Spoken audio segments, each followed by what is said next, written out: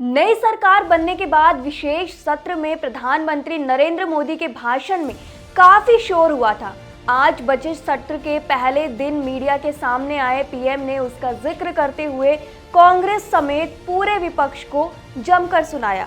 PM ने बरसते हुए कहा कि वो पहला सत्र था। 140 करोड़ देशवासियों ने बहुमत के साथ जिस सरकार को सेवा करने का हुक्म दिया, उसकी आवाज को कुचलने का अलोकतांत्रिक प्रयास हुआ। 2.5 घंटे तक देश के प्रधानमंत्री का गला घोटने का, उनकी आवाज रोकने, उनकी आवाज को दबाने का प्रयास हुआ। पीएम मोदी ने तल्ख लहजे में कहा कि लोकतांत्रिक परंपराओं में इसका कोई स्थान नहीं हो सकता और इसका कोई पश्चाताप नहीं है। पीएम मोदी ने आगे कहा कि पिछले सत्र में विपक्षी दलों ने कोशिशें की कि मैं संसद में बोल ना सकूं। लोकतंत्र में ऐसी राजनीति का कोई स्थान नहीं है।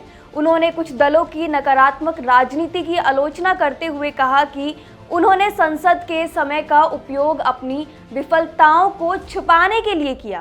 पीएम मोदी ने कहा कि जनता ने फैसला दे दिया है। मैं सभी राजनीतिक दलों से अपील करूंगा कि वे अगले 5 साल तक देश के लिए साथ मिलकर लड़े। उन्होंने कहा कि मैं देश के सभी दलों के सांसदों से आग्रहपूर्वक कहना चाहता हूं कि गत जनवरी से लेकर हम लोगों के पास जितना सामर्थ्य या सामर्थ्य से जितनी लड़ाई लड़नी थी लड़ ली।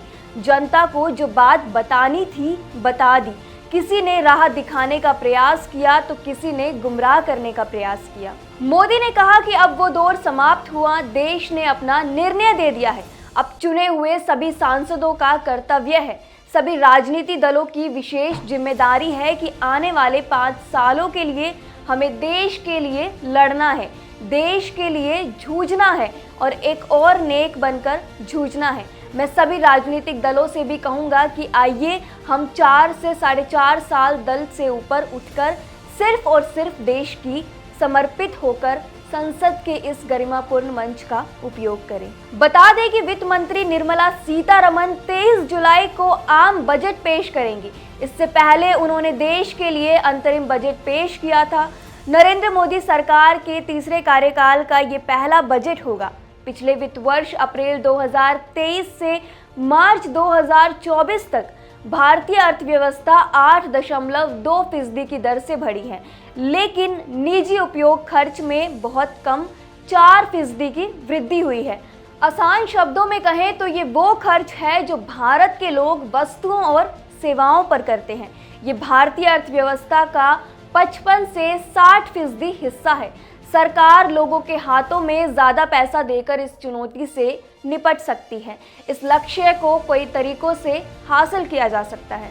अगर अप्रैल 2020 से मार्च 2021 तक की कोरोना महामारी के समय को छोड़ दे तो ये अप्रैल 2002 से मार्च 2003 के बाद निजी उपयोग व्यय यानी कि प्राइवेट कंज्यूमर स्पेंडिंग में सबसे कम वृद्धि है। ऐसे में सबसे बड़ी चुनौती मोदी सरकार के पहले बजट में इससे उभरना होगा। निजी उपयोग पर खर्च में कमी सरकार के लिए सबसे बड़ी चुनौती बनी हुई है।